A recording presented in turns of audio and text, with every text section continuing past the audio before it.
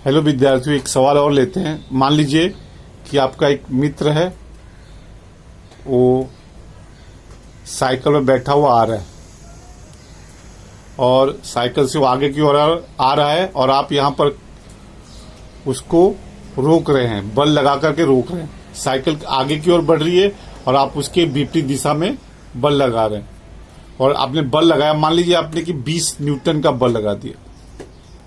Cycle आगे बढ़ रही है, उसको रोकने के लिए आपने 20 न्यूटन का बल लगाया और बल लगाने के बाद जो साइकिल है वह 6 मीटर दूरी के बाद वो साइकिल रुकती है।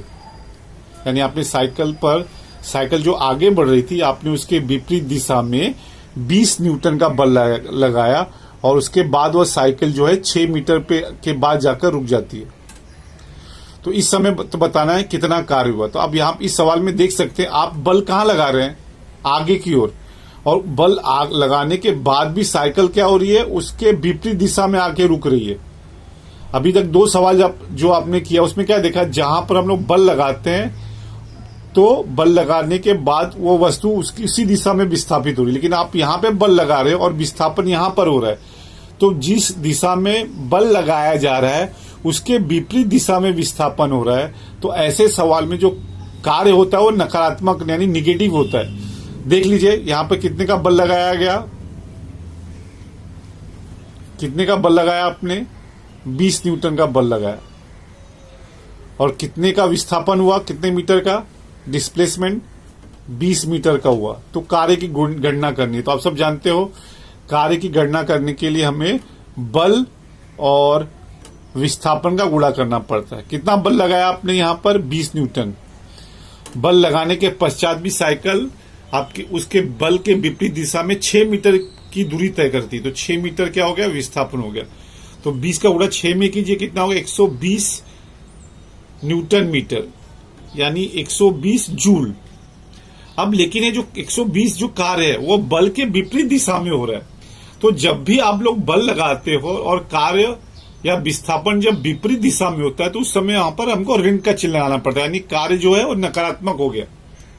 यहां पे हमने ऋण का चिन्ह क्यों लगाया, क्योंकि यहां पर जो है वस्तु पर जब हम बल लगाते हैं तो बल लगाने के विपरीत दिशा में जाकर के वस्तु क्या होती है, रुक जाती है। यानी उसका विस्थापन ठीक बल की विपरीत दिशा में हो रहा है। जब भी किसी पिंड पर बल लगाने पर वस्तु का विस्थापन विपरीत दिशा में होता है तो वह कार्य क्या होता है, निगेटिव होता है, नकारात्मक हो जाता है। तो उसमें आप पर ऋण का चिन्ह लगाते हैं। एक और सवाल देख लीजिए। मान लीजिए आपने कोई वस्तु है, वस्तु पर आपने 14 न्यूटन का बल लगाया है, इधर से बल लगा रहे, लेकिन इसके बाद भी जो वस्तु है वह 4 मीटर की दूरी तय कर जा रही है, इस विपरीत दिशा में। बल आपने यहां लगाया और वस्तु इस दिशा में क्या हो रही है, विस्थापित हो रही है। तो आपको इसके कार्य की गणना करनी है। तो आप लोग जानते हो कार्य बराबर बल गुणे विस्थापन। कितने का बल लगाया, 14 न्यूटन का बल लगाया, कितना विस्थापन हुआ, 4 मीटर का।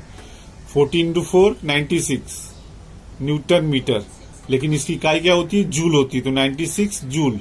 लेकिन यहां पर बल आप इस दिशा में लगा रहे हो और विस्थापन ठीक विपरीत दिशा में हो रहा है, तो ये कार्य क्या होगा, निगेटिव हो जाएगा। तो इसका कार्य होगा 96 जूल, -96 जूल। माइनस में क्यों लिखा हमने, बल जिस दिशा में लगा रहे हैं उसके ठीक विपरीत दिशा में वस्तु का विस्थापन हो रहा है। तो आप 2 पॉइंट ध्यान से सुनिए। जिस दिशा में बल लगाते हैं अगर उसी दिशा में विस्थापन होता है तो कार्य धनात्मक होगा, लेकिन जिस दिशा में बल लगा रहे हैं विस्थापन विपरीत दिशा में होता है तो कार्य जो होता है नकारात्मक, निगेटिव होता है।